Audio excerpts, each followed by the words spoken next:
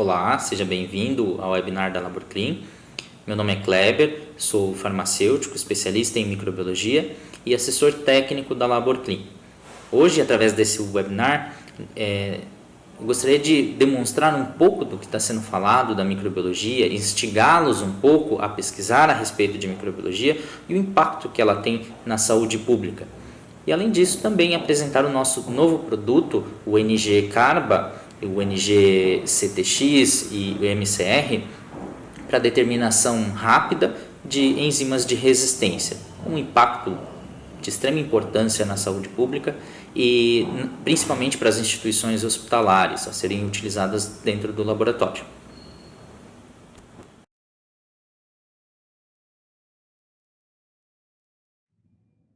Primeiro que é sabido que no mundo ocorrem cerca de 700 mil mortes por ano decorrentes de infecções causadas por micro-organismos multiresistentes. Isso gera um impacto financeiro tão grande que a resistência bacteriana ela tem que estar num lugar privilegiado, principalmente nas preocupações de chefes de Estado, seja proporcionando projetos que visam uma melhoria na saúde, investimentos para novas drogas, dentre outras preocupações.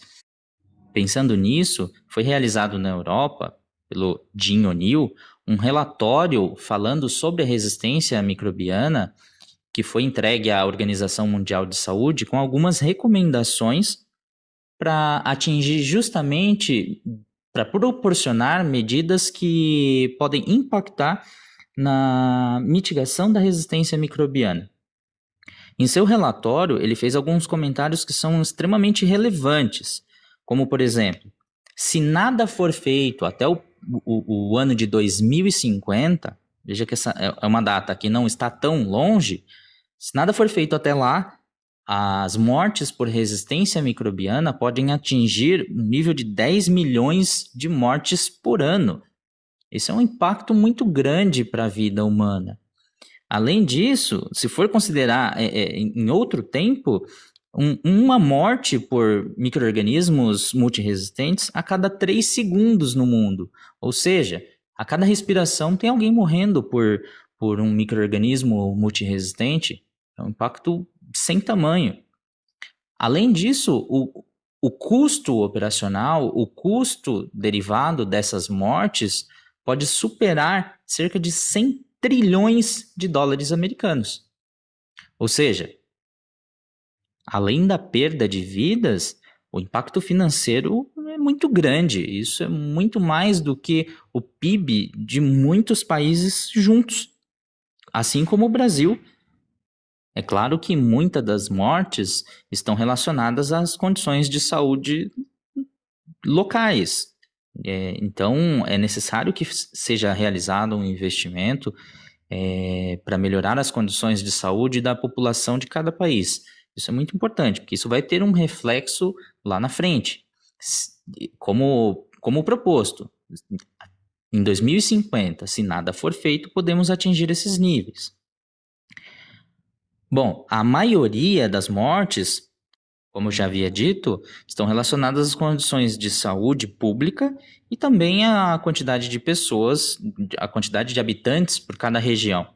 A maioria das mortes, elas ocorrerão, segundo esse relatório, no continente africano e no continente asiático, somando aproximadamente 9 milhões de mortes ao ano. Enquanto no resto do mundo, como por exemplo na América Latina e na Europa, se somadas as duas regiões, são aproximadamente 800 mil mortes por ano. Mas veja que essas mortes, se nada for feito, até 2050. Mas eu parto da premissa de que este número, esses valores, estão completamente equivocados. Mas por que eu digo isso? Eu estou discordando do Jim O'Neill? Em partes, eu discordo dele. Acredito que foi um relatório muito bem elaborado, mas se de alguma forma hoje nós estamos fazendo esse webinar, se você está estudando algo relacionado, ou se você está produzindo algum artigo referente ao tema, você já está favorecendo com que esse número seja menor. você já está promovendo uma diminuição das mortes, porque você está se especializando, você está adicionando mais informação ao seu rol de expertise e tudo mais. Então, eu parto da premissa de que esse número já está equivocado. Mas esse relatório trouxe muitas coisas boas, muitas informações pertinentes que podem ser realizadas, que são fáceis de serem realizadas, desde que haja colaboração de todos.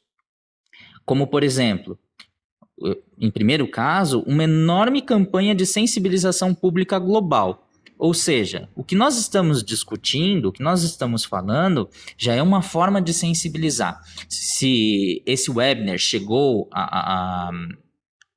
aos clientes da LaborClean, aos acadêmicos, aos distribuidores, médicos, farmacêuticos, biomédicos, biólogos, enfim, a todos, é porque de alguma forma você se sentiu sensibilizado com relação ao tema. Você precisa adquirir mais conhecimento, você precisa saber como que está a discussão do assunto. Então já é uma forma de você ajudar. E se você passar essa informação adiante, você está contribuindo muito mais. Além dessa campanha de sensibilização, foi proposto a melhoria das condições de higiene para evitar a propagação de infecções. Ou seja, é necessário que haja investimentos em saúde pública, seja na forma de infraestrutura ou na forma de conhecimento, para que se evite a propagação de micro-organismos multiresistentes. O hábito de lavar as mãos, fazer antisepsia com álcool 70, ele tem que ser um hábito frequente das pessoas. Ou seja, não pode ser somente dentro do ambiente hospitalar, mas isso tem que ser um hábito comum. Também foi proposto reduzir a utilização desnecessária de antibióticos na agricultura e a sua propagação no meio ambiente. Sabemos que em muitos casos são utilizados antibióticos como produtor de crescimento animal.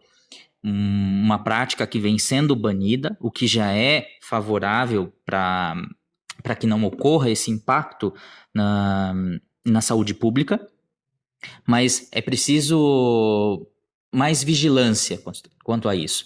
É preciso tomar medidas que, de fato, reduza a utilização desnecessária de antibióticos. Não somente na agricultura, mas também na área da saúde humana, onde muitas das vezes a utilização de antimicrobianos desnecessariamente dentro do ambiente hospitalar é enorme. Então, também é importante que sejam tomadas essas medidas de controle do antimicrobiano, da sua utilização. Um outro ponto elaborado foi a utilização de mais vacinas nos seres humanos e nos animais. Isso por quê? Porque se seja o animal ou o ser humano, ele tiver com uma proteção maior, uma proteção promovida pela utilização de vacinas, menor será a ocorrência de doenças decorrentes de micro-organismos que ele não teve contato. Então, é preciso aumentar essa campanha de vacina, essa campanha esse rol de vacinas para utilização. Também melhorar a vigilância global da resistência e medicamento nos seres humanos e nos animais. Essa vigilância global da resistência é exatamente nos empenharmos no monitoramento das infecções decorrentes por micro-organismos multiresistentes. Então é importante que nós tenhamos isso tabelado, que possam fornecer dados para um banco maior para ver como que está o perfil epidemiológico, a sua distribuição local ou regional, para que sejam tomadas medidas de mitigação. Além disso, também foi proposto promover novos diagnósticos rápidos para evitar a utilização desnecessária de antibióticos. Ou seja, quanto antes nós realizarmos a identificação de um potencial micro-organismo que seja resistente aos antimicrobianos, mais rápido nós teremos ações, seja para isolar o paciente, ou seja para fazer uma troca do antimicrobiano que talvez ele esteja utilizando, que muito provavelmente pode não estar fazendo efeito, ou outras medidas que sejam possíveis. Também foi proposto melhorar os números, o pagamento e o reconhecimento das pessoas que trabalham com doenças infecciosas. Claro que nós sabemos da realidade do nosso país, a realidade a condição financeira das empresas, então esse é um assunto a ser muito discutido, mas é importante ter sempre essa visão, porque quando as pessoas estão mais motivadas a fazer aquele trabalho, os resultados são muito melhores. Então é importante levar em consideração também esta questão. Além disso, foi proposto melhorar incentivos para promover o investimento em novos medicamentos e na melhoria dos medicamentos existentes. Embora esse relatório tenha sido publicado em 2016, alguns medicamentos já foram lançados ou liberados para utilização na saúde pública, seja no Brasil ou em outros países. Mas é importante o investimento para produção de novas drogas, uma vez que os micro-organismos, mesmo com o lançamento dessas drogas, muitos deles já tinham resistência. Então, eles parece que estão sempre um passo à nossa frente. Por isso é importante fazer novos investimentos. Também foi proposto criar um fundo de inovação global para a fase inicial e não comercial da investigação. Um outro detalhe importante que foi proposto foi construir uma coligação global para ação real através do G20 e da ONU. Ou seja, muitos países já se comprometeram em tomar medidas e ações através de projetos que visam a diminuição da ocorrência de infecções por micro-organismos multiresistentes. E hoje, a principal preocupação são com micro-organismos portadores de genes de resistência, principalmente os genes que codificam enzimas do tipo carbapinemases. Mas o que são essas carbapinemases? As carbapinemases são enzimas capazes de inativar uma classe de antibióticos, principalmente os carbapenêmicos. Os carbapenêmicos que são considerados a última opção terapêutica, principalmente para o tratamento de bacilos gram-negativos portadores de resistência. Os principais antimicrobianos desta classe são o imipenem, o ertapenem, o meropenem e o doripenem, muito utilizado no ambiente hospitalar, principalmente. E essas carbapenemases, elas são separadas por classes. O grupo 1, proposto por Bush e Jacob, é correspondente à classe C de Ambler, onde as principais enzimas que compõem essa classe são as AMP-Cs. Já o grupo 2 corresponde às classes A e D de Ambler. E o grupo 3 corresponde à classe B de Ambler. O interessante é que essas enzimas elas são separadas principalmente de acordo com o sítio ativo da enzima. As classes A, C e D elas são consideradas serinocarbapenemases, enquanto a classe B, isso com relação à classificação de Ambler, ela é correspondente às metalobeta-lactamases. Por quê? Porque as metalobeta-lactamases, elas possuem o zinco como no sítio ativo da enzima, enquanto as correspondentes às outras classes possuem uma serina. As principais enzimas de interesse epidemiológico são principalmente as pertencentes ao grupo A, D e B, porque elas são mediadas por plasmídios e não são induzíveis. A classe A, as principais enzimas relacionadas, a KPC, que é considerado a principal enzima relacionada à disseminação de resistência no ambiente hospitalar, e a GES.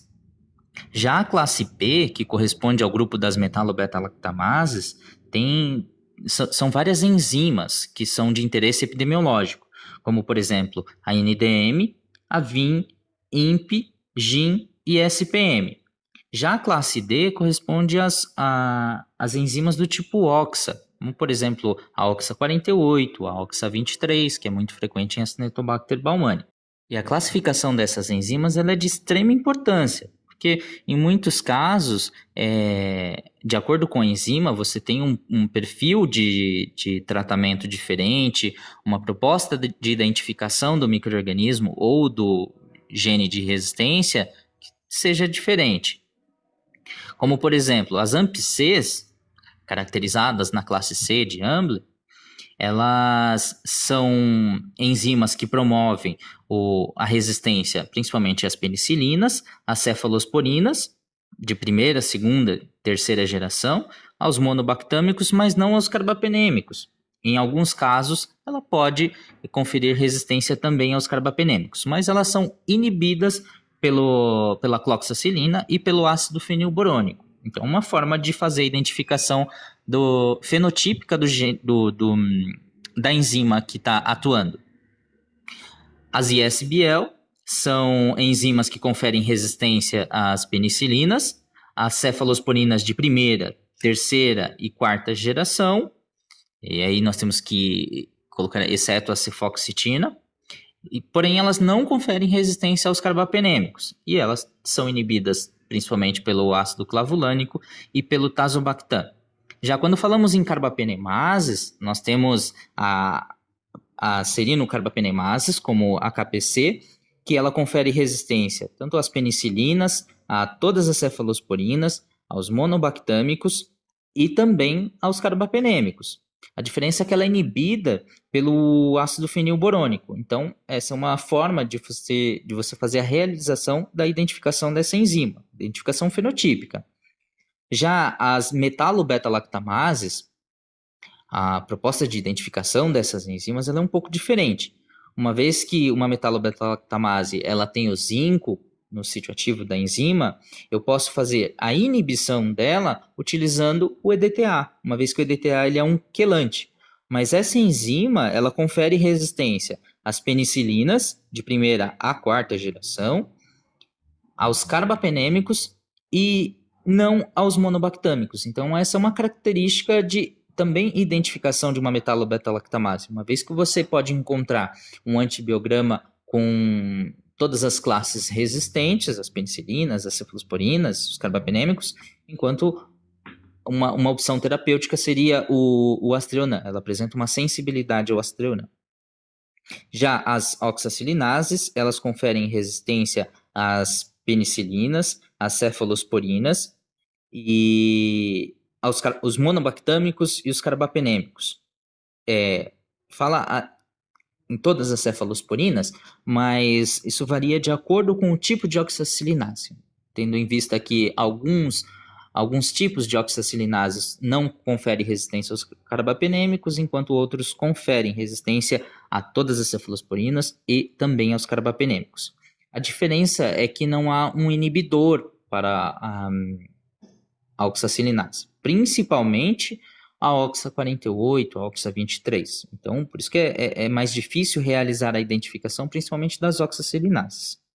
E eu posso dizer que a LaborClean vem investindo principalmente em conhecimento técnico dos seus colaboradores, vem investindo em novas metodologias para a identificação de micro-organismos multiresistentes, dando suporte para os laboratórios, vem fazendo o seu papel para que aquele número de 10 milhões de mortes por ano não seja real, que nem precisaremos comprovar que aquele número não foi real. Em virtude disso, desse investimento em conhecimento, investimento em novos produtos, a LaborClean está lançando um novo produto para fazer uma determinação rápida, uma identificação rápida das enzimas de resistência. E nesse contexto, nós apresentamos o NG-Carba5. O que é o NG-Carba5? Na verdade, ele compõe a família NG, que são vários testes que são realizados por imunocromatografia para determinação de resistência. Então, os 3 principais produtos são o NG-Carba5, que faz a identificação das 5 principais enzimas do tipo carbapenemase mais identificadas, principalmente a nível mundial, como, por exemplo, a KPC, NDM, VIM, INP e OXA. Então, ele permite uma determinação rápida dessas carbapenemases. Também o NG-teste CTX-M e o CTX-M multi, que permite a determinação de enzimas do tipo CTX, seja em suas variações, então tem vários marcadores para determinação das diferentes CTX. E o teste o NG-teste MCR1, que confere uma capacidade de identificar a enzima MCR1 nas amostras selecionadas, nas amostras submetidas a esse teste. A grande diferença dos testes da família NG é que, e seus diferenciais é que ele é considerado um teste rápido. Um teste rápido por quê? Porque a determinação da presença da enzima ele confere em 15 minutos. Resultados saem em até 15 minutos. Isso considerando de culturas bacterianas ou de amostra de hemocultura direta. E com isso ele confere uma menor mão de obra. Mas 15 minutos, ok, 15 minutos para determinação do resultado. Posso estar sendo um pouco errado nesse número? Ok, então vamos colocar 17 minutos, que é só o tempo de pegar a colônia, diluir e aplicar no teste. Ou seja, não mudou muita coisa. Então ele é considerado um teste rápido, via de regra, 15 minutos. Tá? Além disso, ele é um teste muito preciso, com uma excelente correlação com o PCR. Em vários estudos que foram publicados, que foram testados, o NG, todas as amostras positivas, elas confirmaram mediante ao teste de PCR, além de necessidades mínimas de treinamento, uma vez que ele não precisa de equipamentos para fazer análise, para fazer a determinação da presença ou ausência da enzima. Além disso, ele também não possui custo de manutenção e é estável à temperatura ambiente, não é um produto que degrada com facilidade. Como já foi dito, o NG teste Carba 5, ele faz a determinação dos 5 principais tipos de carbapenimases. Só relembrando, KPC, OXA, INP, VIM e NDM. A determinação dessas enzimas, ela é fundamental, principalmente dentro do ambiente hospitalar, uma vez que, principalmente, setores como o controle de infecção hospitalar, carece muito das informações desse tipo para fazer, seja o isolamento de leito ou a liberação de leitos decorrente da presença ou ausência dessas enzimas nos pacientes pesquisados.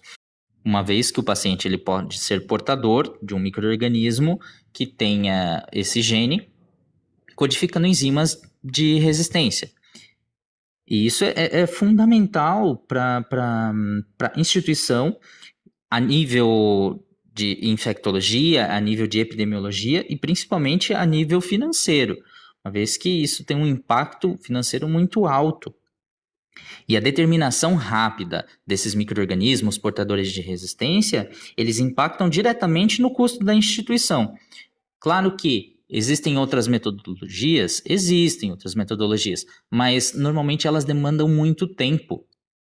Como, por exemplo, o teste de Rod, que é inespecífico, ou até mesmo o teste proposto pela nota técnica com o uso de inibidores, mas eles precisam aguardar 24 horas de incubação, fora ainda o crescimento ou não do micro-organismo, então ele demora muito tempo, e com isso o leito fica isolado, ocupando uma vaga, ou ocupando um quarto inteiro, e isso é refletido em custo, principalmente. Mas quando você tem um teste que te promove uma determinação rápida, a partir do crescimento do micro-organismo, em 15 minutos você tem um resultado, no mínimo você tem uma economia de 24 horas. Isso sem considerar o impacto para o paciente no ajuste de dose ou ajuste do antimicrobiano que ele esteja utilizando, mas também para o hospital, porque ele vai poder rodar o leito mais rápido, ele vai poder utilizar mais daquele leito, diminuindo os custos relacionados. Um teste publicado foi realizado no Hospital de Clínicas do Paraná, em Curitiba. Ele selecionou algumas amostras submetidas para o hospital. Então, ele fez um teste com o NG Carba 5 e ele confirmou a presença dos mecanismos de resistência, quando comparados principalmente ao PCR. O produto em si ele é muito simples, ele é composto pelos cassetes de identificação, pipetas para você selecionar a quantidade da suspensão bacteriana que você precisa obter, Eppendorfs para você para fazer a suspensão bacteriana, além de um tampão utilizado. Então, cada kit ele é composto por 20 testes, 20 Eppendorfs, 20 pipetas e um tampão. Além disso, além da identificação de micro-organismos multiresistentes pela coleta de swab retal, para análise da microbiota do paciente, ele pode ser utilizado também em amostras de hemocultura positivas. Então, se você tem um paciente que está com um quadro agravado, principalmente em UTI, que não consegue selecionar o micro-organismo, tem a suspeita de que ele esteja com sepse decorrente de uma bactéria multiresistente e é coletada em hemocultura, o NG-Carba ele pode ser utilizado num auxiliar para a determinação se esse micro-organismo é multiresistente ou não. Sendo a hemocultura positiva, com a utilização de 2 reagentes adicionais, você pode testar esse micro-organismo direto da amostra de hemocultura positiva. E como que o teste é realizado? Então, quando você for realizar o teste, você precisa pegar um Eppendorf, que vem no kit, adiciona 5 gotas do buffer. Se a amostra for proveniente de um material clínico, então após o crescimento do micro-organismo, você vai selecionar as colônias, vai diluir as colônias nesse buffer e aspirar 100 microlitros com a pipeta que acompanha o kit. Dispensa essa suspensão no campo S, que é o campo de sample, quer dizer, o campo de amostra, e aí vai começar a corrida do teste. A interpretação se dá pelo aparecimento de bandas nos campos relacionados ao tipo de enzima pertencente ou não. Para que o teste seja válido, é necessário que sempre apareça uma reação positiva no campo C, que é relacionado ao controle. Então, se o controle não aparecer, o teste ele é considerado inválido. Se o controle aparecer e nenhuma outra banda, o teste é considerado negativo, pois não ocorreu o aparecimento de nenhuma enzima naquela amostra. Agora, se aparecer uma banda junto com o controle, porém relacionado às enzimas pesquisadas, aquele teste é considerado positivo, como por exemplo, neste slide nós podemos ver que tem uma banda na região controle e uma banda na região V, que é correspondente a VIN, uma enzima do tipo carbapenemase, pertencente à classe das metalobeta-lactamases. Agora, se porventura aparecer somente uma banda nas enzimas pesquisadas e não aparecer o controle, o teste é considerado também como inválido. Relativo às características de desempenho do produto, os limites de detecção eles são considerados baixos. A determinação de KPC ela é permitida a partir de 600 picogramas por ml, a de Oxa 300 picogramas, assim como também a VIN, INPI em uma quantidade de 200 picogramas por ml e NDM de 150 picogramas por ml. Mas você até pode se perguntar, porque existem vários subtipos dessas enzimas.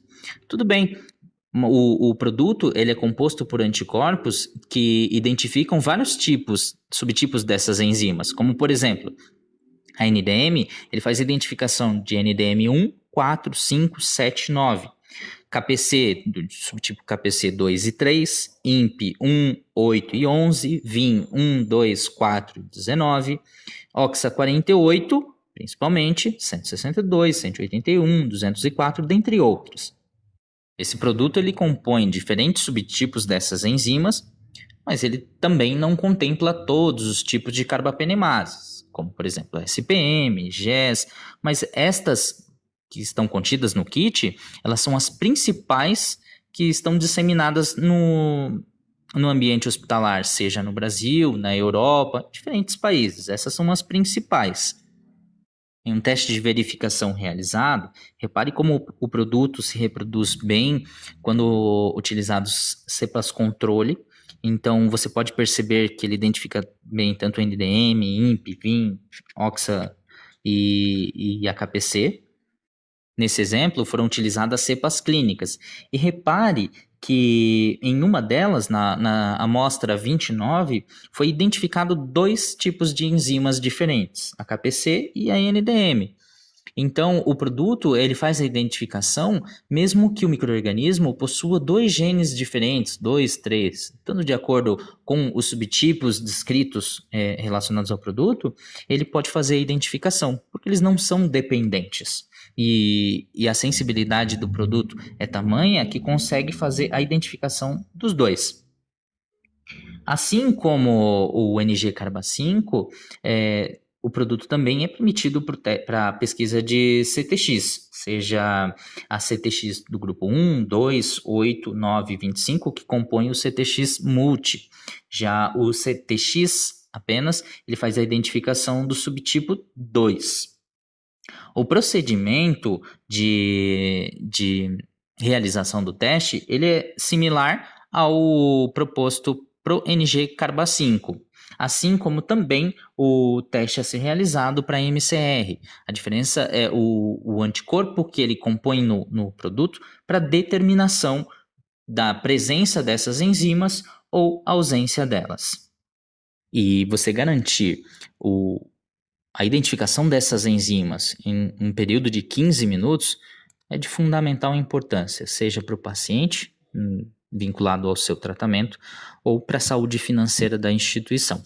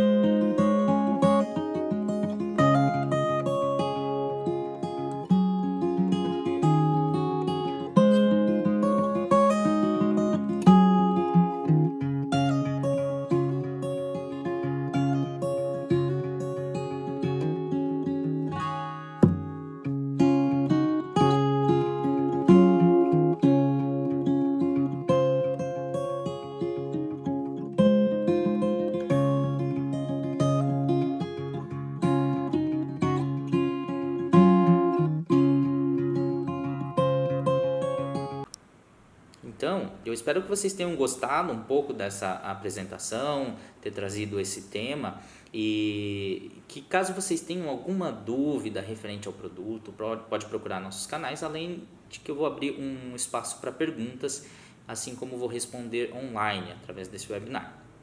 Espero que tenham gostado. Muito obrigado.